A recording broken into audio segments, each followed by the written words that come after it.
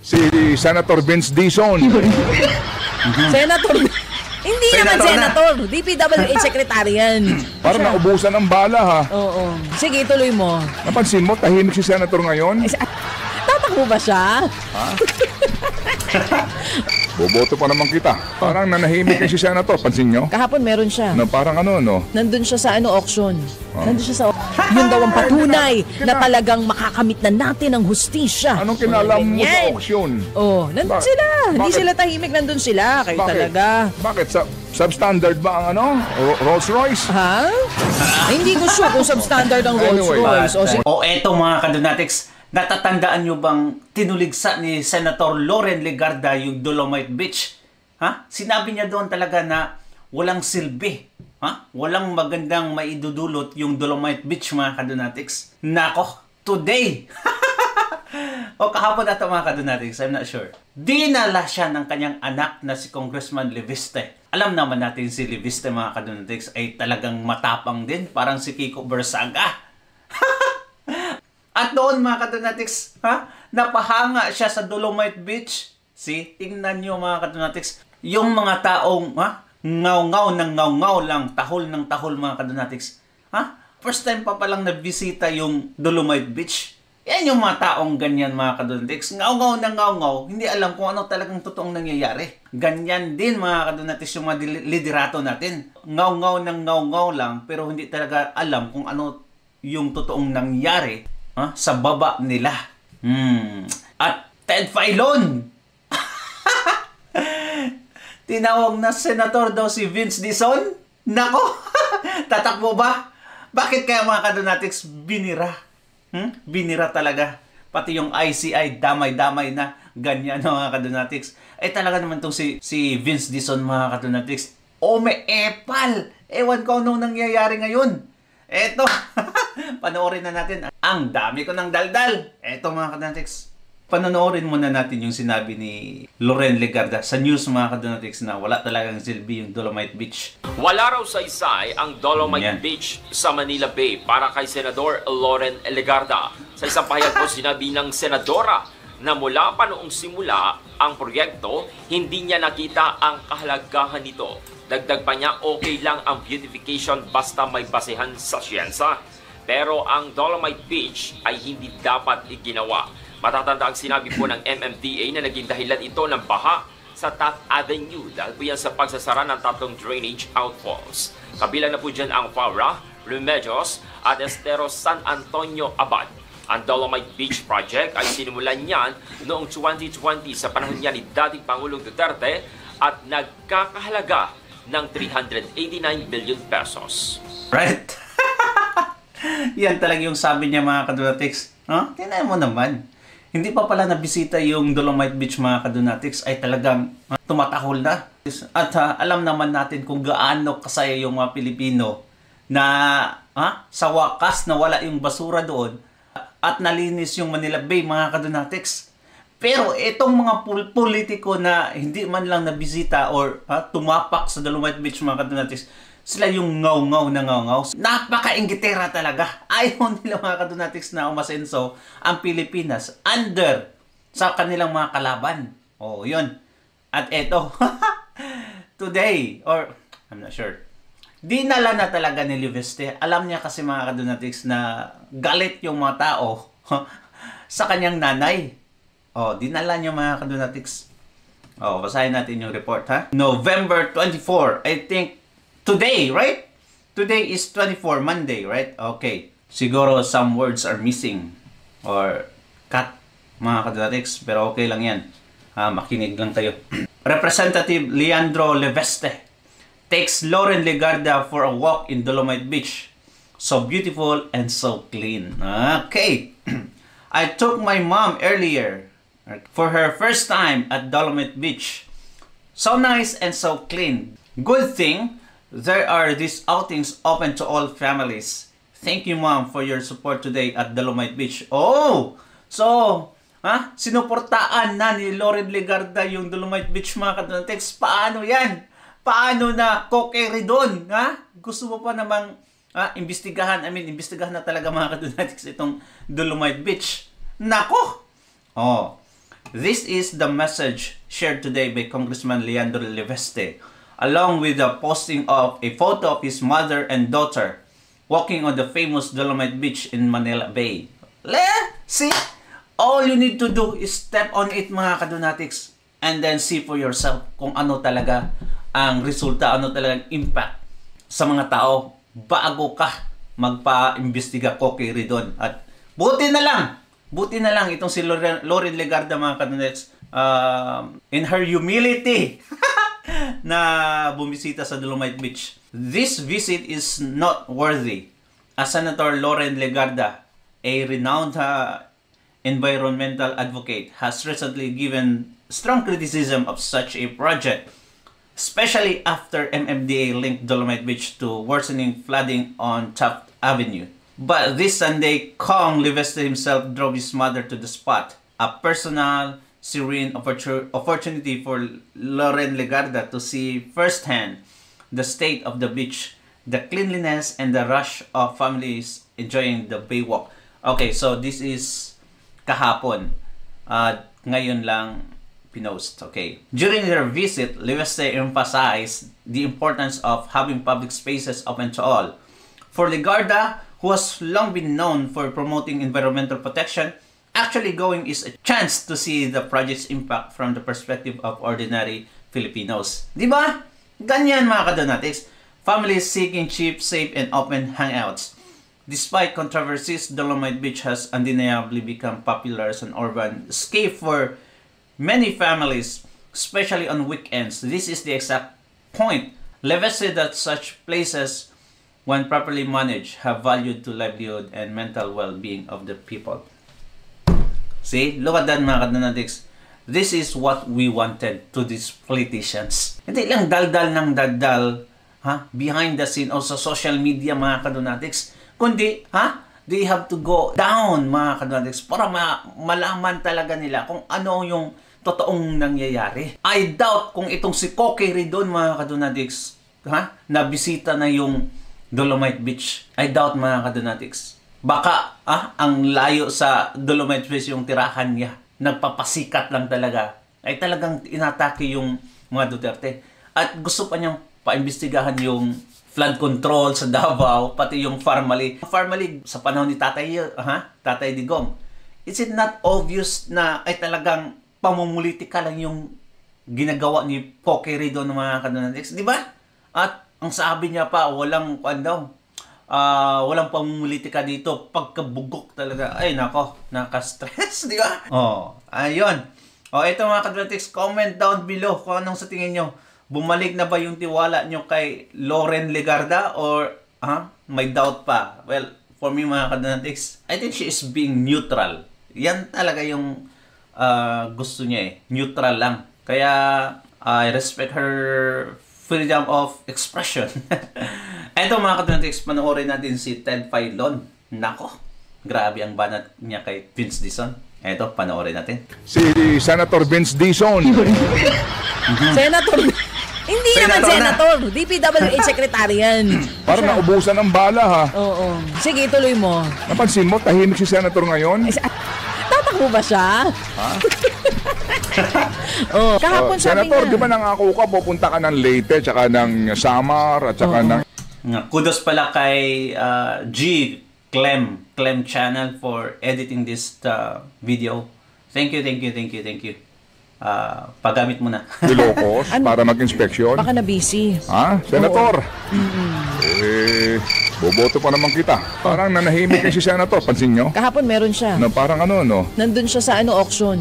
Nandun siya sa yun daw ang patunay na talagang makakamit na natin ang hustisya. Anong kinalam mo sa auction? Nandun sila. Hindi sila tahimik, nandun sila. Kayo talaga. Bakit? Substandard ba ang Rolls Royce? Hindi ko sure kung substandard ang Rolls Royce. Sige. Si Secretary Dizon nagpa-request din po ng ILBO. Alright? Pero ito pong ICI, nag-request din po ng ILBO. Mga kapatid, sa mga nilabas niyong ILBO, ICI, ni isa dito, wala pa kayong iniimbitahan eh. Bakit? Nag-ILBO ka, sa kaisipan na may kaugnayan sa flood control scam. Tapos, hindi mo Tao po! Pwede po kayo maimbita? Ayan lang. Di ba? Dahil pakisagot nga. Wrong number. So sorry po, itong ICI na to ha. May something po ito. Sorry po, talagang may something. Una, hindi transparent. Pangalawa, inconsistent sa mga iniimbitahan. Di ho ba? Justice! Okay, Laban kay ganito. Saldi ko naman. Oo. Ito po ipinapangalandakan po ng ating Pangulo ang ICI. Mr. President, Pinagmamalaki niya yan. ito pong ICI na ito, with all due respect, ay siksik-lig-lig sa napakaraming inconsistency. Una oo. Nagsabi sila doon sa Senado na magiging open na sila. Sa kanila pong mga live stream pa hearing. daw. Live stream. Umuo doon, nangako doon, hindi naman pala totoo. Pag-aaralan pa daw. Yung kanila pong sinasabing panuntunan, rules, aba ang tagal. Ano yan? IRR ng Republic of Justice? Tsaka kung matatandaan natin, ang Justice. sabi pa, nung una, tatanungin daw yung witness kung okay sa kanya na i-live stream. Di ba may mga ganun pa silang pahayag? Kailangan pa ng guidelines. Ganon. Sabi nga ni Ombudsman Boying, yun daw pong kanilang preliminary investigation, ila-live stream nila eh. Anyari? Pag nangako na siya sinabi ngayon. naman niya, yung mga pagsimula, susunod. Okay, so abangan natin to, di ba? Kayo po dyan sa ICI, pag-aaralan pa yung rules. At ito pa ang pinakamalaki ditong kabalintunaan dito sa ICI. Again mga kapatid ginagalang ko po, lalo na po si former Secretary Babe Singson. Ang akin dito lamang pagtansya, baka overruled siya sa kanyang gustong gawin. Kasi itong ICI na ito, sino ba ang pagkakaalam ninyo, pagkakatandaan ninyo na naimbitahan na po nila na hindi natin napanood? Ang kanila pong pagtatanong o hearing. Sino? Sabi po sa report na ito, si Manny Bonoan, Mark Villar, Bulacan 1st District Engineers Henry Alcantara, Bryce Hernandez, JP Mendoza, Curly and Sara Discaya, Hart, Senator Chis Escudero, Grace Po, Navotas Congressman Toby Chanco, si Senator Vince Dizon. Senator. Hindi naman senator. DPWH secretary yan. Oo. Hindi nalito lang. Baka ibang senator na basa mo. Ako na naman tono mo eh. Sorry. Sige, tuloy mo. Napansin mo, tahimik si senator ngayon? Aspiring senator siguro. Parang walang... Hindi, kahapon meron parang siya. Parang naubusan ng bala ha. Oo. Parang... Kahapon sabi Senator, niya. di ba nangako ka, pupunta ka ng Leyte, tsaka ng Samar, at tsaka ng Ilocos para mag-inspeksyon? Baka na-busy. Senator? Boboto pa naman kita. Tatakbo ba siya? Parang nanahimik yung si Senator, pansin nyo? Kahapon meron siya. Parang Nandun siya sa auction. Nandun siya sa auction kahapon. Kinalaman mo sa auction. Yun ang nga rin pinagtataka ko. Mabuti kung substandard ba yung may representative din ng ICI dun Oo, sa auction nandun sila. Yun daw ang patunay na talagang makakamit na natin ang hustisya. Anong kinalaman mo sa auction? Nandun sila. Hindi sila tahimik, nandun sila. Kayo talaga. Bakit? Substandard ba ang Rolls Royce? Hindi ko sure kung substandard ang Rolls Royce. Sige, tuloy mo. Vince nakailang beses na nag-imbestiga sa Davao, mga kadonatics. Ang layo na Si Vince Dizon, nakarating na ng Davao, pero yung Ilocos Norte, Leyte, talaga namang flooded with the flood control ghost, mga kadonatics. Nako, wala. Hindi na bisita. Ay talagang may epal itong si Vince Dizon. Cathy Cabral. Si Cathy. Si Cathy Cabral. Si Yusek. Si Cathy pala yun. Si Senators Joel Villanueva, Jinggoy Estrada, at kinatawan ng Anti-Money Laundering Council. So far po ito meron mang bago. Alam nyo, itong si ICI na to, issue kayo ng ILBO. Ano ba ibig sabihin ng ILBO? Immigration Lookout Bulletin. Okay. Si Secretary Dizon nagpa-request din po ng ILBO. Alright? Pero ito pong ICI, nag-request din po ng ILBO, mga kapatid. Sino-sino ito? Haba nito. Okay. Kasama dito si Maynard Ngu. At ito hong mga congressman na idinadawit ng mag-asawang Diskaya. Okay? Alright. At maliban dyan, meron pa silang dinagdag dito. Nakasama daw po sa ILBO. At naalala din po ninyo, doon sa unang ILBO, nabanggit na po dito yung pong pangalan ng ilang pong mga tinatawag nga na mga facilitators, right? Sino to? Ng mga proponents. Sa mga nilabas niyong ILBO, ICI, ni isa dito, wala kaming, maliban doon kila Martin Romualdez, Escudero, etc., no, itong mga humarap na dyan, ni isa dito, wala pa kayong iniimbitahan eh. Nako. Bakit? Nag-ILBO ka sa kaisipan na may kaugnayan sa flood control scam. Tapos, hindi mo Eto ha, opo. Nag-ILBO ka dito kay Marilu Laurio Lipana, nung asawa ng Commissioner Lipana. Pinatawag mo na ba?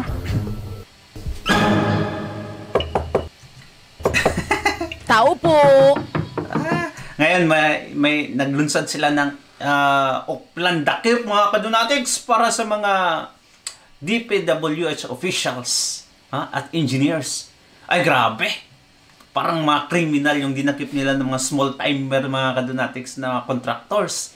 Pero yung mga binanggit talaga na congressman, ay, nako. Wala man lang dinakip, mga kadunatics. Grabe talaga. Small timer lang kaya nila. Pwede po kayo maimbita? Sabi mo pinatawag na Sorry ha. Sorry po. Ako nagtatanong Meron lang. naman daw iimbitahan from DBM, pero yung OIC, hindi si Amina. OIC. Okay. Kayo po, with all due respect, kayo po ay nagpa-ILBO dito po kay Congressman Jojo Ang, kay Congressman Vargas, Ataide, Briones, Teodoro, Robes, Madrona, Agaraw. Ba't di niyo pa iniimbitahan itong mga to? Dahil, pakisagot nga. Wrong number. Ayoko nang abutin po natin yung oras po ni Dinmel dito sa napaka-importante yung paksa. Sorry po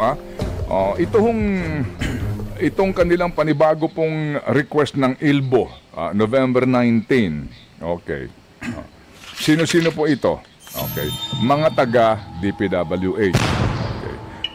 Ito ho yung mga isinasangkot dito po sa ilang pong mga proyekto outside outside of NCR and Bulacan, Central Luzon.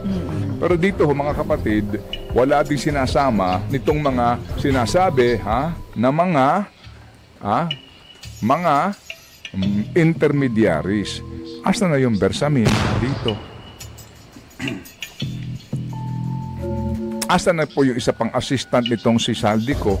Yung pong si John Paul Estrada, nakasibat na. Definitely po, sa record ng immigration, nakaalis na September pa lang. Pagputok ng balita, umalis na kaagad. Grabe. May record sa immigration. Wala dito. Nako. At yung kanyang picture sa Saan ang immigration, ILBO? di ba pag bago ka o lumabas? Oo. Meron muna diyang pipicturean ka. Pakiharap po please. Pakitanggal sombrero. Di ba? Maharap ka sa immigration. Oo, bago ka makalabas. Naka-finger heart? Hindi, nakaganyan siya, Naka-peace sign. Naka-smile. Naka-smile. Nakangiti. Normal lang. Nakangiti. Bakit ka naman diningiti? Magbabakasyon ka sa ibang bansa. Ikaw ba pag pinipicturean ka doon, hindi ka nakangiti? Wala namang question sa nakangiti. Oo, tama naman. Oo, diba? Oo. Ikaw ba pag sinabi sa'yo, umarap ka dito, paano mo? Itsura mo nun? Pag sinasabi, sir, paanap na lang po sa camera. Di ba may ganun yun? Grabe yung connection ng dalawang mga kandidates. Ni Chacha at Ted Filon ay talagang... Ikaw nyari ako kampante, immigration kampante. Sige, ikaw ang aalis ng bansa. Okay. Paul Estrada. Saan ang punta mo? Paris po. Sa France. Sino kasama mo? Paris. Kagagaling mo lang dun Babalik ka? Oo. Sama ko si boss. Okay. Ilang araw? Anong hotel? Hindi pa ho namin sigurado kasi ano ho kami. Paikot-ikot kami. Daming tatak ng passport mo ha. Sige. Sa sweldo mo, parang lagi ka nakakaalis ng bansa. Sobrang BIR ka ba? Immigration ka. Dami mong tanong ha. May dala ka yearbook. Yearbook. Anyway, Diba? nakalabas na po si Paul Estrada. Oo. Confirmed. Yeah. Nako, eto talaga ang pinakamalupit sa Pilipinas, sa mga kadonatics, at pinakabagsik talaga ng Pilipinas, di ba? Yung mga ordinaryong citizen, lalabas ka ng bansa, mahirapan mga kadonatics para kang in-interview, para pumasok sa anumang klaseng trabaho mga kadonatics. Ganyan. Lahat tatanungin na sa'yo. Yearbook nga, di ba? Grabe. Pero itong mga opisyalis na mga kumag na politikong magnanakaw mga kadonatics, ay, mga kadonatics, kahit kailan, kahit ilang beses, walang problema pag sila ang lalabas. Sana yung hostisya? Isang ordinaryong citizen, papuntang Thailand, papuntang Dubai, na offload. Tapos yung ibang mga kadonatics, hiniram pa yung pera. Grabe. Kahit pa umiyak ka ng dugo pag nakadecide na silang i-offload ka mga kadonatics, wala ka na talagang magawa. Ganyan katindi, ganyan ka walang hiya itong mga immigration officers mga kadonatics. I personally experienced, no, because my sister, not me mga kadonatics, my sister, when she first fly to Thailand mga kadonatics, talagang nanghiram pa siya ng pera. Ang ginawa ng immigration officers, in-offload mga kadonatics. Grabe talaga. After so many questions, yun lang, in-offload mga kadonatics. Grabe yung iyak. Diba? Grabe yung iyak mga kadonatics. Ganyan katindi, pero itong mga officialis na magnanakaw, ay, wala mga kadonatics. Kahit ilang beses pang pabalik-balik, ganyan katindi. Saan kaya Wala punta? sa Pilipinas since September po ang record niya. At di na po babalik yan. Sigurado. Okay? At si Manny Anyway. Bunuan, wala na rin dito. So sorry po, ito Si si Aina po Bunuan. May something po Pinakakurang ito. mga opisyalis sa Sorry po, DPWH. talagang may something. Una, hindi transparent. Pangalawa, inconsistent sa mga iniimbitahan. Yung klarong-klarong intermediaries, nag-ilbo-ilbo kayo, pero yung hindi nyo naman pinatatawag. Di ba? Hindi niyo pinatatawag. Kung ikaw din yung na-ilbo, na inosente, unfair naman ito. Inilbo mo ako, ayaw mo akong patawag para makilil ko pangalan ko sa inyo. Hindi ho ba? Justice! The world needs love. Yes. But we need first justice. Okay? Restitution. Alright? Justice, restitution, accountability. Accountability, justice, restitution. We indeed know that the world needs love. But before we love all of this process of the world, Naka-English First. na si... ikulong! Mandarambong!